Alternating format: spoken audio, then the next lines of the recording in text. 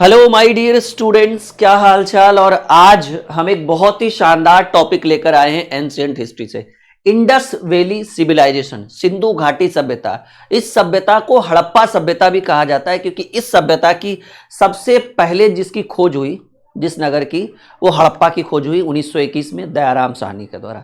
तो आज हम इंडस वैली सिविलाइजेशन के ऊपर 39, जी हाँ टॉप 39, 39 महत्वपूर्ण सवाल लेकर आए।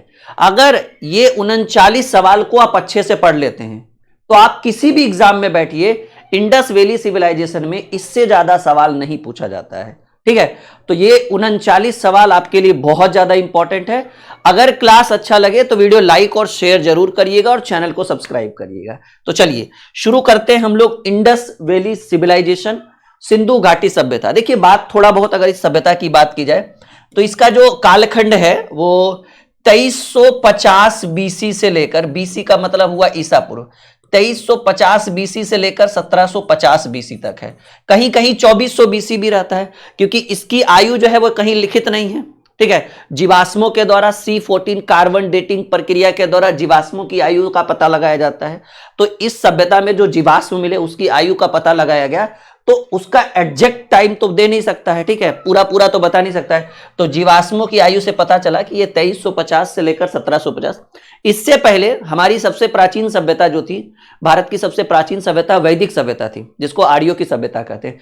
परंतु जैसे ही इंडस वैली सिविलाइजेशन की खोज हो गई, सिंधु घाटी सभ्यता की खोज हुई, तो हमारी जो सबसे प्राचीन सभ्यता हो गई वो सिंधु घाटी सभ्यता हो गई। ये पूरे विश्व में 3 देशों में है। पहले तो हिंदुस्तान में था, अब तो बंटवारा होते होते भारत, पाकिस्तान और अफगानिस्तान। अगर आपसे प्रश्न पूछा जाए कि सिंधु घाटी सभ्यता किन किन देशों में है, मतलब इसका फैलाव जो है, विस्तार जो है, तो कहेंगे सर भारत, पाकिस्तान और अफगानिस्तान। क्योंकि भारत से ही पहले अफगानिस्तान निकला है और भारत से ही पाकिस्तान निकला है। यानी समझिए ये सभ्यता जो है वो हिंदुस्तान में फली फूली है। ठीक है, तो बात करेंगे हम 39 प्रश्नों का। बस ये 39, चाहते तो हम 100 सवाल भी ला सकते थे, पर बस 39 सवाल आप पढ़ लीजिए सिंधु घाटी सभ्यता का।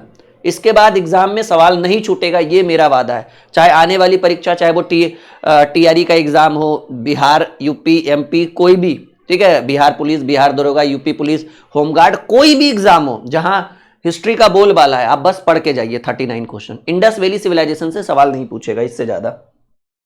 पहला सवाल जो आपके स्क्रीन पर है वो कुछ इस तरीके से कह रहा है कि सिंधु घाटी सभ्यता किस युग से संबंधित है? प्रागैतिहासिक युग से, अर्ध ऐतिहासिक युग से, ऐतिहासिक युग से, या उत्तर ऐतिहासिक। देखिए ये जो सिंधु घाटी सभ्यता ये बीच की है, समझ रहे ना? तो ये जो आपका आंसर होगा वो अर्ध ऐतिहासिक युग। ठीक है ना, किस युग से है? अर्ध ऐतिहासिक। इस सभ्यता में लोहे का विकास नहीं हुआ था, लोहे का विकास उत्तर वैदिक काल में होगा। ठीक है, तो सिंपल अगर ये सवाल एग्जाम में आ जाए, एकदम टेंशन फ्री होकर बोलिएगा कि सर सिंधु घाटी सभ्यता जो है वो किस युग की सभ्यता है, तो कहेंगे अर्ध ऐतिहासिक युग की सभ्यता है। बात एकदम क्लियर है, आगे बढ़े। ठीक है, चलिए जितने भी सवाल हम लेकर आएंगे इस चैप्टर से, वो 39 सवाल आपके लिए महत्वपूर्ण होगा। अगला सवाल है, निम्नलिखित में से कौन सुमेलित नहीं है? आपसे पूछा गया कि कौन सुमेलित नहीं है। समझिए मेरी बात, कह रहा है हड़प्पा, तो हड़प्पा की खोज बिल्कुल सही बात है भाई, दयाराम साहनी साहब ने किया था 1921 में। लोथल की खोज एस.आर. राव, रंगनाथ राव के द्वारा किया गया था। एक है भाई सुतकोटदा, जिसके बारे में कहा गया है कि इसकी खोज जेपी जोशी के द्वारा किया गया। और एक है धौलावीरा, इसकी खोज बीके थापर। तो आपका जो प्रश्न कह रहा है कौन सुमेलित नहीं है, मतलब चारों में से कौन एक गलत है, तो वो गलत आपका हो जाएगा। देखिए ये बिल्कुल तीनों का तीनों सही है कि हड़प्पा की खोज दयाराम साहनी के द्वारा हुई थी, लोथल की खोज एस.आर. राव के द्वारा किया गया था, सुतकोटदा की खोज जेपी जोशी के द्वारा, परंतु धौलावीरा की खोज जो है ये आपका गलत होगा। कहेंगे सर धौलावीरा की भी खोज जो है ना वो बीके थापर के द्वारा नहीं किया गया था, धौलावीरा की खोज भी जेपी जोशी के द्वारा किया गया था। जी हाँ, ये मतलब दोनों, एक जो आप ऊपर देख रहे हैं सुतकोटदा और एक जो दिख रहा है धौलावीरा, ठीक है, इन दोनों की खोज जेपी जोशी के द्वारा सन 1967-68 के दशक में किया गया था। ठीक है, हाँ बिल्कुल याद रखिएगा, समझ रहे मेरी बात? यानी सुतकोटदा और धौलावीरा दोनों की खोज किसने की थी? जेपी जोशी के द्वारा। और धौलावीरा की खोज कब हुई? 1967-68 में। तो आपके प्रश्न में कौन आंसर हो गया? धौलावीरा। धौलावीरा गलत होगा, बीके थापड़ के द्वारा धौलावीरा की खोज नहीं की गई थी। धौलावीरा की खोज भी जेपी जोशी के द्वारा ही किया गया था। सुतकोटदा के भी खोज उन्होंने ही किया था, लोथल एस आर राव, रंगनाथ राव के द्वारा। और हड़प्पा तो भाई ये फेमस है, दयाराम साहनी के द्वारा 1921 में। क्लियर है? इस टाइप का प्रश्न एग्जाम में बहुत पूछता है। हम उन्हीं प्रश्नों को लेकर आए हैं जो एग्जाम के नजरिए से महत्वपूर्ण है, और एकदम चैप्टर वाइज पढ़ा रहे हैं। अगर आप चाहते हैं कि ये चैप्टर वाइज पूरा एंशिएंट, मिडाइवल, मॉडर्न और वर्ल्ड सब पढ़ा दे, तो चैनल सब्सक्राइब जरूर कर लीजिएगा और नोटिफिकेशन का बेल जरूर दबा लीजिएगा। जी हाँ, आप लोगों के सपोर्ट से ही फिर हम कंटिन्यू आगे बढ़ेंगे। मोहनजोदड़ो में सबसे बड़ी इमारत, मोहनजोदड़ो की सबसे बड़ी इमारत जो है बाबू, वो अन्नागार है, जहां अन्न का भंडार है। पक्की ईंटों से बना हुआ था ये इमारत। ठीक है, क्या है भाई? अन्नागार। समझ रहे हैं मेरी बात? तो सवाल कह रहा है मोहनजोदड़ो में सबसे बड़ी इमारत कौन सी है? तो कहेंगे सर मोहनजोदड़ो की सबसे बड़ी इमारत अन्नागार। अन्नागार मतलब क्या हुआ? जहां अन्न का भंडार, मतलब जहां अनाज रखा हुआ जा सके। और ये अन्नागार किस चीज का बना हुआ था? ये बना हुआ था पक्की ईंटों का। ठीक है, किस चीज का बना हुआ था? पकी हुई ईंटों का बना हुआ था। और ये कहां था? हड़प्पा सभ्यता में मोहनजोदाड़ो में था। मोहनजोदड़ो कहिए, मोहनजोदाड़ो कहिए, दोनों एक ही चीज है। ठीक है, यहां तक किसी को कोई दिक्कत एक बार बताइए सब लोग, हम आगे बढ़े। तो मोहनजोदड़ो में सबसे बड़ी इमारत जो थी वो अन्नागार थी। ठीक है माय डियर, आगे बढ़े। चलिए अगले प्रश्न की बात करते हैं। अगला सवाल जो आपके स्क्रीन पर है कि सिंधु घाटी सभ्यता के किस पुरास्थल से नाव के चित्र, जी हां, नाव के चित्र या मॉडल प्राप्त हुए हैं? बताइएगा, कहां से नाव के चित्र और मॉडल प्राप्त हुए हैं? फटाफट बताइए, जल्दी बताइए। बहुत बढ़िया, बहुत बढ़िया। पहला है कालीबंगा और रोपड़, दूसरा है हड़प्पा और कोटदीजी, मोहनजोदड़ो और लोथल, और धौलावीरा और भगत्राव, वो तो नाम भी हमने सुना है। आपका आंसर होगा भाई, ठीक है, देखिए नाव का मतलब होने का मतलब है कि वहां बंदरगाह होगा, समुद्री यात्रा होता होगा, समुद्री व्यापार होता होगा। तो देखिए समुद्री व्यापार के लिए सबसे बड़ा बंदरगाह जो था वो लोथल में था। तो लोथल और एक जगह देखा गया मोहनजोदड़ो, यानी सिंपल बात है कि लोथल से व्यापार शुरू होता था और सामान कहां आता था? मोहनजोदड़ो में। सिंपल बात है। कहां, क्या कह रहा है कि सिंधु घाटी सभ्यता के किस पुरास्थल से नाव के चित्र या मॉडल मिले? तो नाव यानी बोट, अब बोट यानी समुद्री यात्रा होगा, तो समुद्र कहां था? बंदरगाह कहां था? लोथल में। अब कहिए सर हो सकता है मोहनजोदड़ो में नाव बनता होगा, मैन्युफैक्चर होता था, और यहां काम होता होगा, इसलिए मोहनजोदड़ो में भी नाव के चित्र देखने को मिले हैं और लोथल में भी नाव के चित्र देखने को मिले। आगे बढ़े, बस 39 सवाल ही हम पढ़ाएंगे, 39 जो बैनर में मैंने स्क्रीन पे रखा है, 39 बस उतना पढ़ के जाइए। करवाने का टॉप 100 भी करवा सकते हैं, क्योंकि सिंधु घाटी सभ्यता बहुत बड़ा चैप्टर है, ठीक है। लेकिन हमें लगा कि हम सिर्फ उन्हीं सवालों को क्यों ना लाए जो एग्जाम ओरिएंटेड हो, जो एग्जाम के लिए रामबाण हो। बस आप पढ़ के चाहिए, आपको पूरा चैप्टर वाइज हिस्ट्री पढ़ा देंगे। एंशिएंट होगा, फिर मिडाइवल होगा, फिर मॉडर्न होगा, हर टॉपिक पर एक वीडियो, ठीक है। और आप लोग चैनल को सब्सक्राइब करिए और वीडियो सेक्शन में आपको ये मिल जाएगा पूरा, ठीक है। सवाल है हड़प्पा कालीन स्थल रंगपुर किस राज्य में है? रंगपुर, बताइए भाई रंगपुर किस चीज में है? हड़प्पा कालीन स्थल जो रंगपुर है वो गुजरात में स्थित है। रंगपुर कहां स्थित है? गुजरात में। देखिए सिंधु घाटी सभ्यता से कुछ चीजें समझिएगा, प्रश्न 2-4 इंपॉर्टेंट है। सिंधु घाटी सभ्यता कैसी सभ्यता है? नगरीय सभ्यता है, ग्रामीण सभ्यता नहीं है। सिंधु घाटी सभ्यता जो है इसका मुख्य व्यवसाय क्या था? तो व्यापार था, व्यापार था। कृषि से भी पहले व्यापार ये लोग करते, व्यापारी थे ये लोग। सिंधु घाटी सभ्यता की लिपि कैसी थी? भाव चित्रात्मक, चित्र को देखकर भाव को समझना था, ठीक है। सिंधु घाटी सभ्यता के प्रमुख बंदरगाह लोथल, मोहनजोदाड़ो किसके लिए प्रसिद्ध था? तो भाई ये सबसे बड़ा स्थल था। सबसे पहले खोजा गया हड़प्पा 1921 में, उसके बाद मोहनजोदाड़ो 1922 में, ठीक है। अन्नागार, अष्टानागार ये सब कहाँ है? मोहनजोदाड़ो में है। तो ये सब बड़ा इंपॉर्टेंट चीज है। सिंधु घाटी सभ्यता के विनाश का कारण क्या था? बाढ़ आ गया था, उसके बाद पूरी सभ्यता नष्ट हो गई। सिंधु घाटी सभ्यता में भारत में सबसे ज्यादा स्थान कहां से मिला है? सिंधु घाटी सभ्यता गुजरात में। सिंधु घाटी सभ्यता के सर्वाधिक स्थल भारत के किस राज्य से मिले हैं? गुजरात से, ठीक है। अभी हड़प्पा और मोहनजोदाड़ो कहां चला गया? पाकिस्तान में, ठीक है। हाँ आगे देखिए, सिंधु घाटी सभ्यता का कौन सा स्थल वर्तमान में पाकिस्तान में? देखिए इसी का चर्चा चला। हड़प्पा भी पाकिस्तान में चला गया और मोहनजोदाड़ो वो सब पाकिस्तान वाला क्षेत्र में चला गया, ठीक है। तो कह रहा है सिंधु घाटी सभ्यता का कौन सा स्थल वर्तमान में पाकिस्तान में है, तो भाई हड़प्पा जो है वो पाकिस्तान में चला गया है, बात खत्म।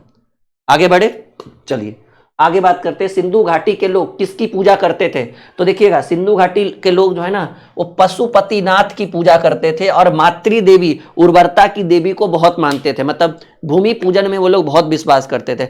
पशुपतिनाथ की पूजा करते थे, कुबड़ा वाला सांड उसके लिए प्रिय था, ठीक है, ये सब याद रखिएगा। किसकी पूजा करते थे, पशुपतिनाथ की पूजा करते थे, कुबड़ा वाला सांड उनके लिए प्रिय था, सिंधु नदी को देवी मानते थे, ठीक है। तो ये सब चीजें बहुत इंपॉर्टेंट है। तो सिंधु घाटी के लोग किसकी पूजा करते थे, पशुपतिनाथ की पूजा करते थे। इन सिंधु घाटी सभ्यता के लोगों का प्रिय पशु कौन था, कुबड़ा वाला सांड, ठीक है। कौन सी और भी इसमें जैसे जैसे क्वेश्चन आएगा हम आपको एकदम पूरा डीपली बताते चलेंगे। भारत में चांदी की उपलब्धता के प्राचीनतम से याद रखिए, सबसे पहले चांदी जो है, चांदी सोना सिंधु घाटी सभ्यता, लोहा वैदिक सभ्यता, लोहा जो है उत्तर वैदिक काल में हुआ था, ठीक है। तो कह रहे हैं सब भारत में चांदी की उपलब्धता के प्राचीनतम शक कब पता चला कि भारत में चांदी, मतलब चांदी भी कुछ होता है और इसकी उपलब्धता, तो ये आपका चांदी वही हड़प्पा सभ्यता कहिए या सिंधु घाटी सभ्यता कहिए, सिंधु घाटी सभ्यता को ही हड़प्पा सभ्यता कहा जाता है। यहां तक एक बार आप लोग देख लीजिए, ऑल क्लियर, बढ़े आगे, बोलो माय डियर, यहां तक कोई दिक्कत, कोई परेशानी,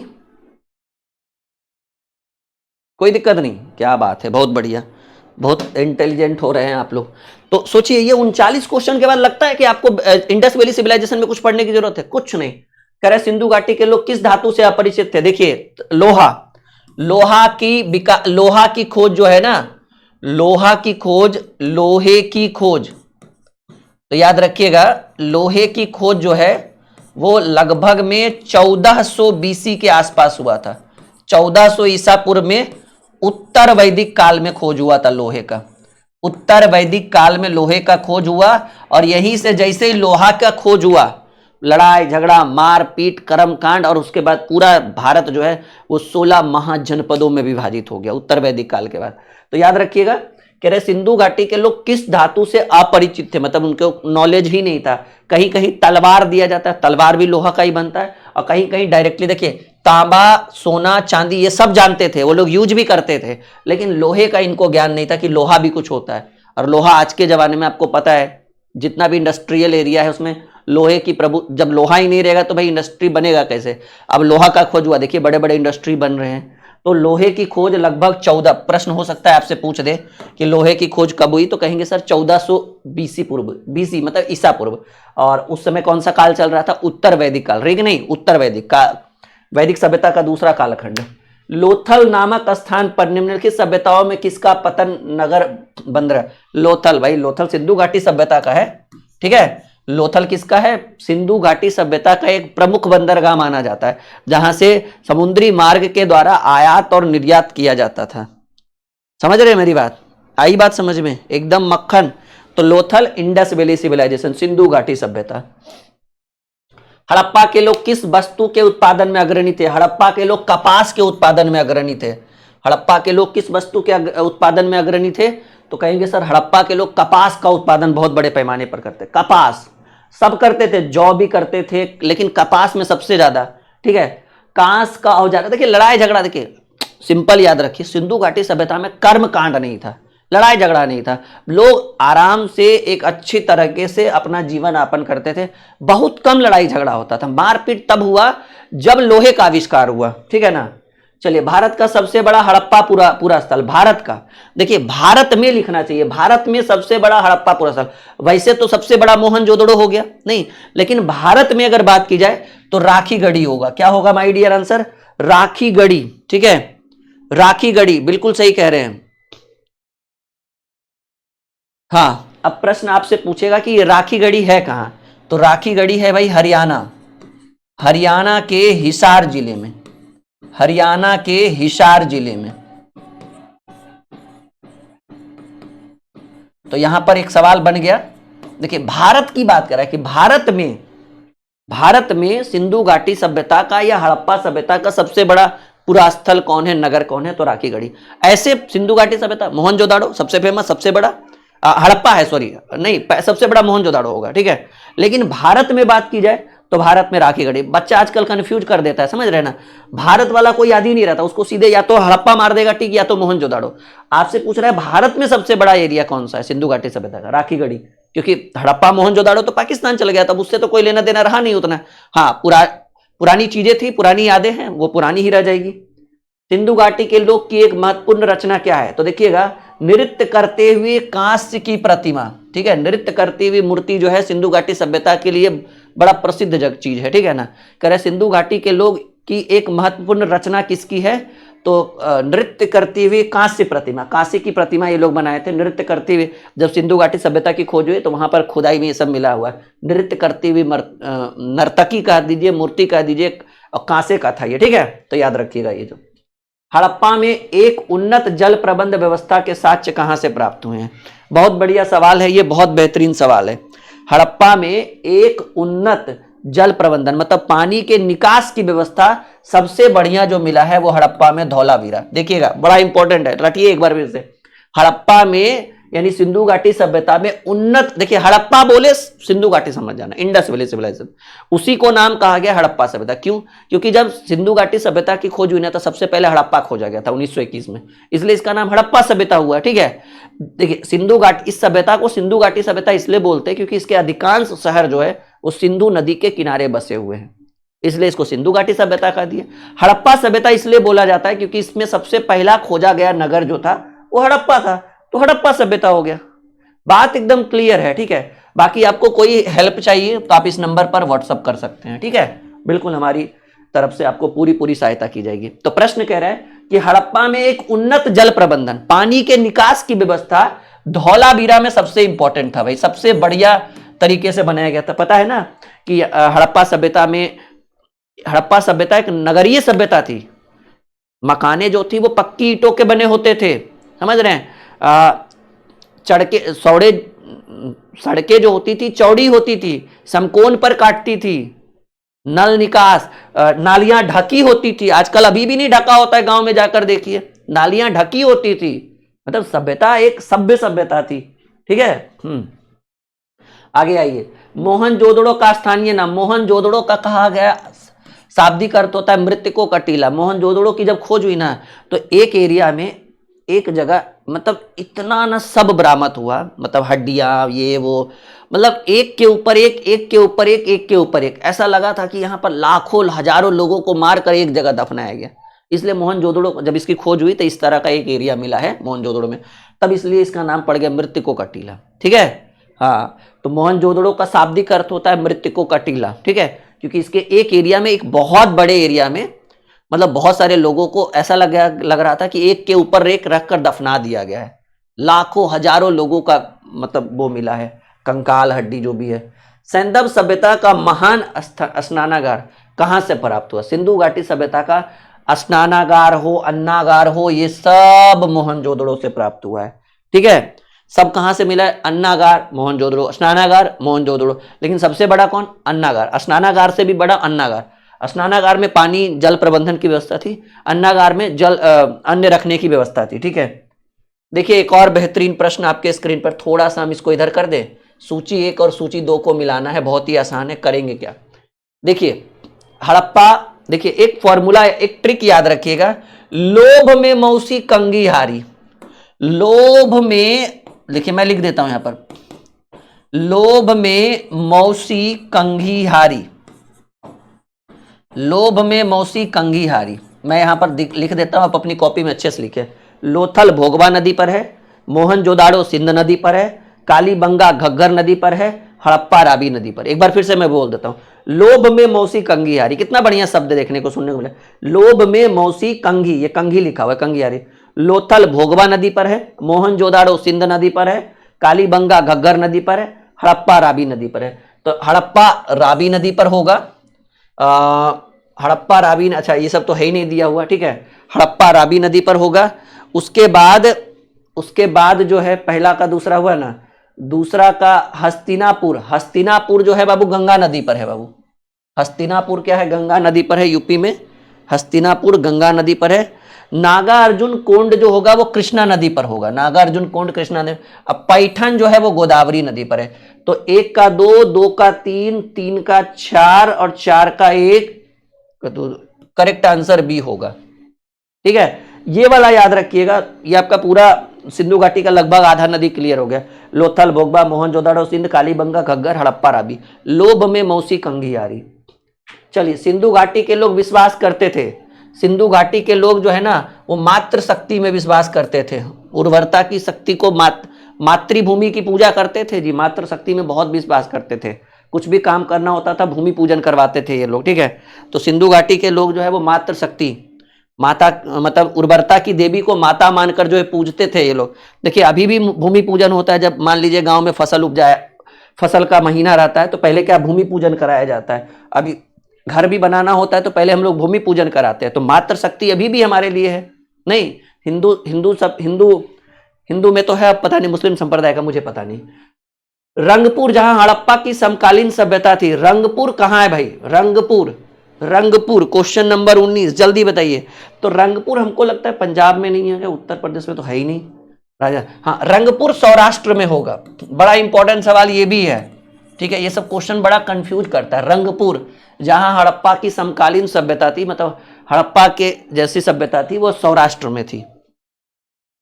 आगे बढ़े। हाँ, ये सब इंपॉर्टेंट, बस 39 सवाल करवाएंगे, ये 39 के 39 महत्वपूर्ण होंगे आपके लिए। सवाल है देखिए एक और बेहतरीन।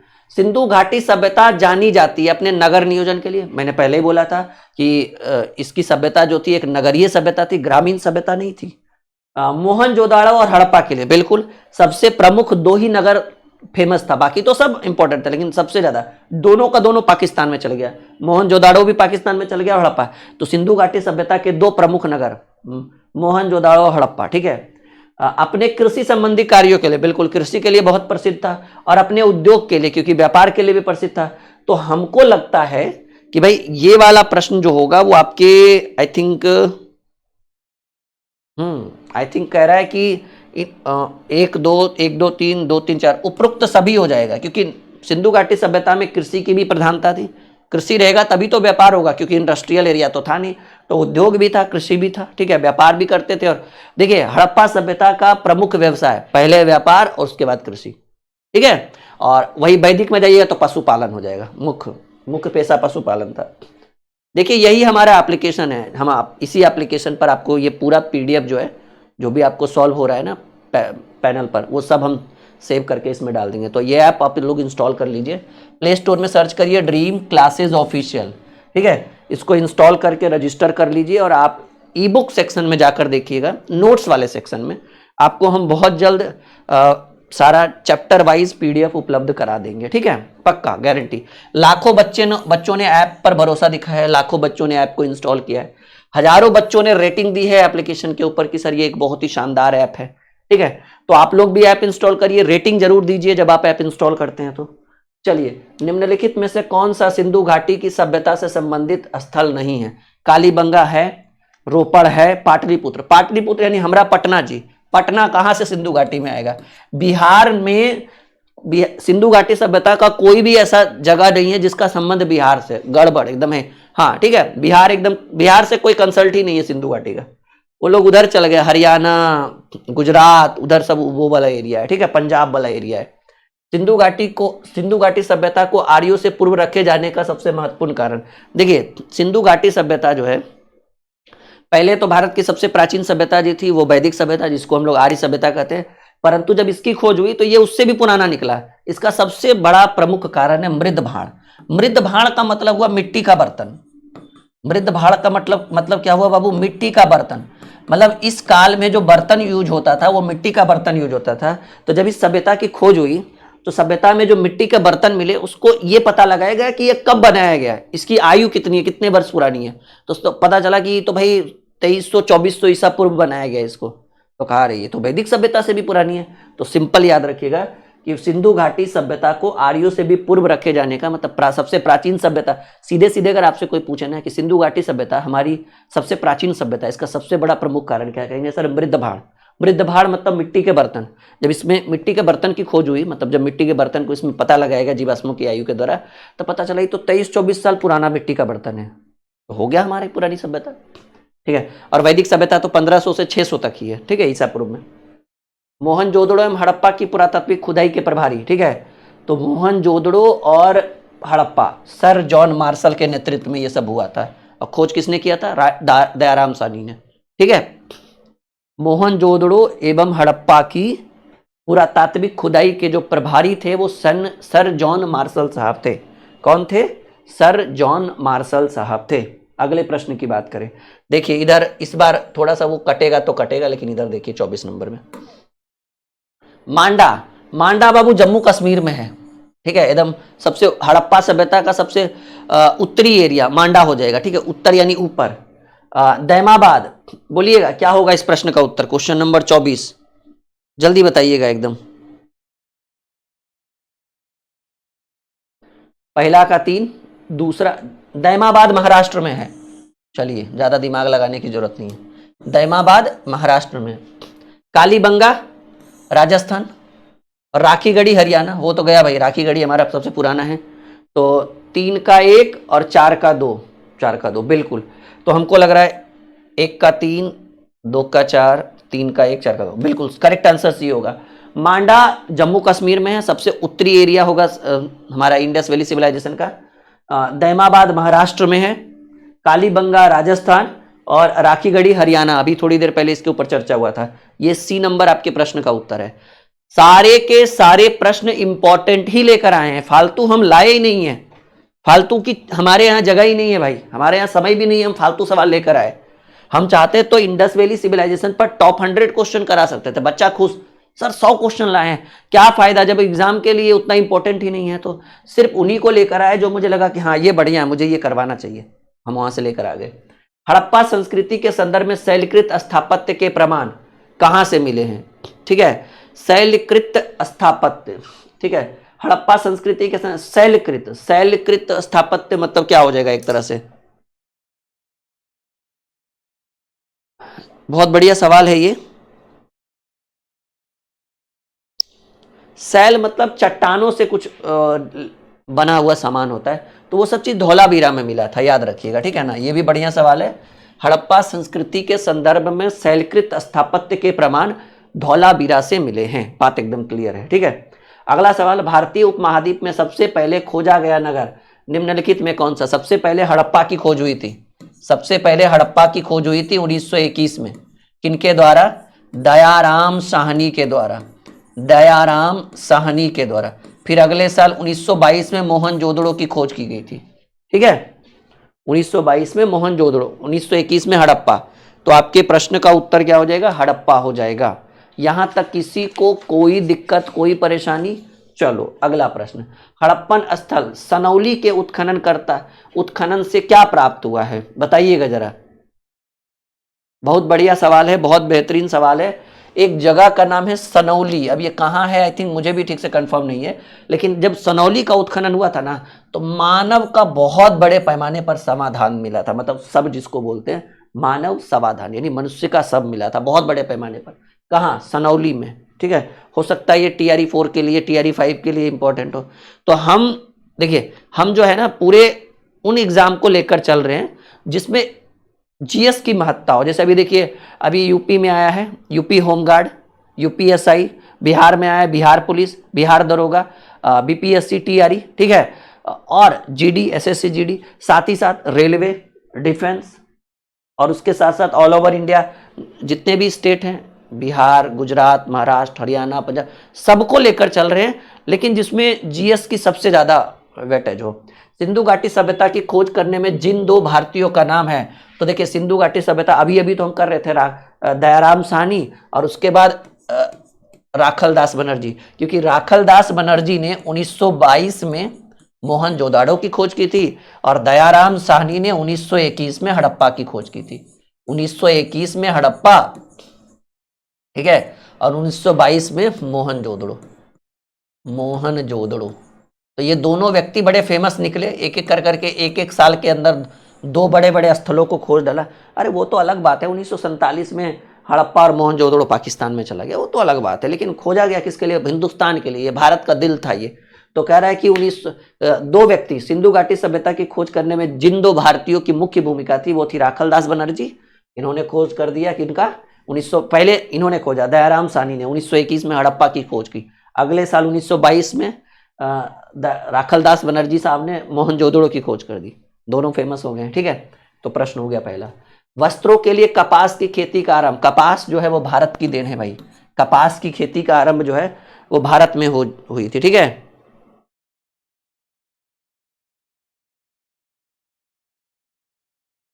बोलिएगा। कह रहा है वस्त्रों के लिए कपास की खेती का आरंभ जो है वो भारत से किया गया था, और ये सब ठीक है ना, हाँ, सिंधु घाटी सभ्यता में ही ये सब हुआ था, वस्त्रों के लिए कपास की खेती। भारत का सबसे बड़ा हड़प्पनपुरा स्थल, देखिए वैसे तो राखीगढ़ी है, पर राखीगढ़ी ऑप्शन में नहीं होगा। ठीक है, भारत का सबसे बड़ा हड़प्पा पुरा स्थल जो है वो राखीगढ़ी है, इसमें कोई डाउट नहीं है, ये राखीगढ़ी ही होगा आंसर। लेकिन कहेंगे सर राखीगढ़ी ऑप्शन में नहीं है, तो राखीगढ़ी के बाद जो दूसरा सबसे बड़ा पुरा स्थल बड़ा हड़प्पनपुरा स्थल है वो धौलावीरा है, सबसे बड़ा राखीगढ़ी, उसके बाद धौलावीरा, जैसे पहले मोहनजोदाड़ो फिर हड़प्पा। ठीक है, वैसे ही इसमें सबसे पहले राखीगढ़ी, याद रखिएगा भारत का सबसे बड़ा हड़प्पनपुरा स्थल राखीगढ़ी है, परंतु राखीगढ़ी ऑप्शन में नहीं होने की वजह से हम किसको टिक लगाएंगे? धौलावीरा को लगाएंगे। सबसे पहले राखीगढ़ी हरियाणा के हिसार जिले में है, उसके बाद धौलावीरा। ठीक है, तो राखीगढ़ी ऑप्शन में नहीं है, नन भी नहीं है, तो हम किसी को तो टिक लगाएंगे ना, तो धौलावीरा को टिक लगा देंगे। निम्न स्थानों में किस एक स्थान पर सिंधु घाटी सभ्यता के समृद्ध विख्यात वृषभ मुद्रा प्राप्त हुए? वृषभ मुद्रा, वृषभ मुद्रा का मतलब हुआ विख्यात वृषभ मुद्रा।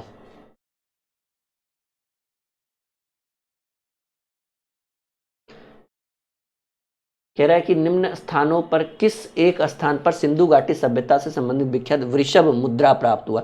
वृषभ मुद्रा का मतलब मैं आपको समझाने की बात कर रहा हूं। वृषभ का मतलब होता है बैल। देखिए मतलब इस तरीके से पत्थर की मुद्रा थी, ठीक है, सैल खड़ी यानी पत्थर के बने होते थे, और पत्थर के ऊपर बैल का चित्र होता था, इसलिए इसको कहा जाता है वृषभ मुद्रा। मैं भी कंफ्यूज हो गया था।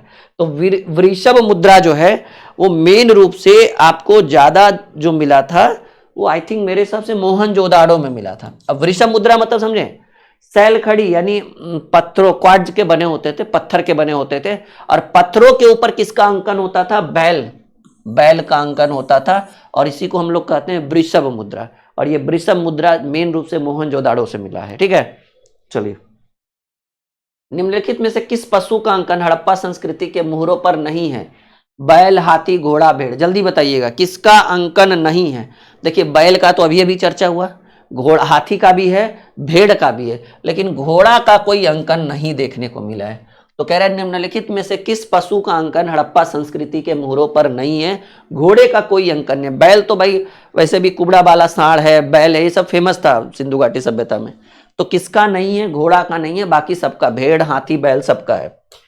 अगला, मृण्ड पट्टिका पर उत्कृष्ट सिंह युक्त देवता की कृति प्राप्त हुई है। कह रहा है मृण्ड पट्टिका, ठीक है ना, इस पर उत्कीर्ण सिंह युक्त देवता, वही कुबड़ा वाला सांड था ना, उनका सिंह रहता था, इस टाइप का जो है वो कहां से प्राप्त हुआ है? ये भी सवाल बढ़िया है। ठीक है, मृण्ड पट्टिका है ना, कालीबंगा से मिला होगा ये सब चीज कहां से मिला? कालीबंगा से। तो कुछ कुछ सवाल बड़ा इंपॉर्टेंट है, कुछ कुछ सवाल फालतू भी है, लेकिन जो इंपॉर्टेंट है वो लेकर आए हैं, जो लेकर आए वो इंपॉर्टेंट है, नो डाउट। मृण्ड पट्टिका जो है उस पर उत्कीर्ण सिंह युक्त देवता, वही कुबड़ा वाला सांड की बात कर रहा है, सिंह युक्त देवता।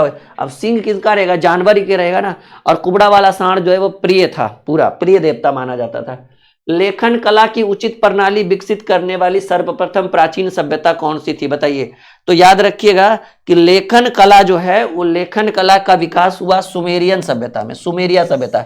ये एक इराक की सभ्यता है जो 4500 बीसी से लेकर 4000 बीसी यानी सिंधु घाटी सभ्यता से भी प्राचीन है। 4500 ईसा पूर्व से लेकर 4000 ईसा पूर्व के बीच में था ये। ठीक है, तो लेखन कला की उचित प्रणाली विकसित करने वाली सर्वप्रथम प्राचीन सभ्यता जो थी वो सुमेरियन सभ्यता थी, सुमेरिया सभ्यता थी, जो इराक की एक सभ्यता थी, जो 4500 बीसी से लेकर 4000 बीसी के आसपास थी। स्वतंत्रता योत्तर मतलब स्वतंत्रता के आसपास या स्वतंत्रता के बाद भारत में सबसे अधिक संख्या में हड़प्पा युगीन स्थलों की खोज किस प्रांत में हुई थी? तो भाई गुजरात में हुआ था। मतलब स्वतंत्रता के बाद भारत में सबसे ज्यादा हड़प्पा स्थल कहाँ खोजा गया? तो गुजरात में खोजा गया, याद रखिएगा, ठीक है ना। जब भारत ऐसे भी भारत में सबसे ज्यादा हड़प्पा स्थल कहाँ है? गुजरात में हड़प्पा, ठीक है। बाकी तो वो लोग पाकिस्तान में चला गया, बहुत बड़ा एरिया। मतलब सीधे सीधे याद रखिएगा, सिंधु घाटी सभ्यता का एक बहुत बड़ा एरिया पाकिस्तान में चला गया, ठीक है। सैंधव सभ्यता में चावल और युगल समाधान, चावल और युगल समाधि कहां से प्राप्त हुए हैं? जल्दी बताइएगा। सैंधव सभ्यता में चावल और युगल समाधि कहां से प्राप्त हुए हैं? तो कहेंगे सर चावल और युगल समाधि जो है ये लोथल से प्राप्त हुआ है। ये भी इंपॉर्टेंट क्वेश्चन है। चावल और युगल, युगल मतलब समझ जोड़े में सब कहां मिला है? मेल फीमेल, पति पत्नी, ऐसे करके, ठीक है ना। तो सैंधव सभ्यता में चावल और युगल समाधि कहां से प्राप्त हुए हैं? तो ये प्राप्ति जो है वो लोथल से हुआ है। लोथल भोगवा नदी पर है जी। निम्नलिखित पशुओं में से किस एक का हड़प्पा संस्कृति में पाई मुहरों और टेराकोटा जिसको आग में पकी हुई मिट्टी को टेराकोटा कहा जाता है, टेराकोटा और कलाकृतियों में निरूपण नहीं हुआ है? मतलब किसको नहीं रखा गया है? तो याद रखिएगा गाय। गाय जो है ना मेन रूप से वैदिक सभ्यता की देन है। वैदिक सभ्यता में गाय को जो है ना, जिनके पास जितना गाय होता था वो उतना धनी व्यक्ति कहलाते थे। गायों की चोरी होती थी, गाय के लिए युद्ध होता था वैदिक सभ्यता में। सिंधु घाटी सभ्यता में गाय का कोई लेना देना नहीं है। तो आपके प्रश्न का उत्तर क्या हो जाएगा? गाय हो जाएगा। मतलब इस किसी भी सिक्कों पर गाय वगैरह का कोई अंकन नहीं था। बाकी हाथी, गेंडा, बाघ सब था, गाय घोड़ा ये सब नहीं था, ठीक है। कौन सा हड़प्पीय नगर 3 भागों में विभक्त था? बताइए जरा, कौन सा हड़प्पीय नगर जो है वो 3 भागों में विभक्त था? धौलावीरा। धौलावीरा कौन सा भाई? धौलावीरा। ये भारत की दूसरा सबसे बड़ा खोजा गया स्थल है। तो पहला राखीगढ़ी, दूसरा धौलावीरा। तो तीनों ओर से विभक्त कौन है? धौलावीरा ही 3 तरफ से विभक्त था।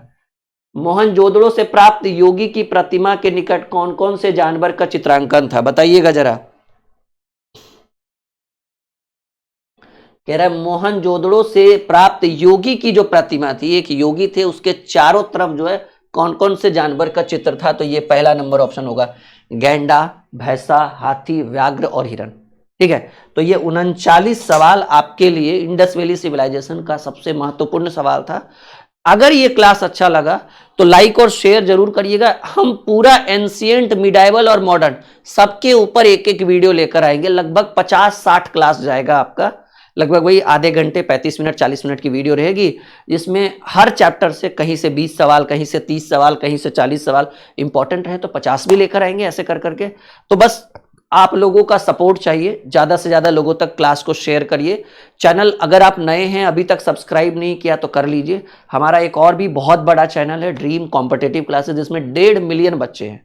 आप लोगों को पता होगा, ड्रीम कॉम्पिटिटिव क्लासेस 1.5 मिलियन के आसपास हम लोगों का फॉलोअर है। ये तो बहुत छोटा चैनल है, बस आप लोगों को बड़ा करना है, आप लोगों को सपोर्ट चाहिए बस। ओके, चलिए मिलते हैं अगले वीडियो में एक और शानदार क्लास के साथ।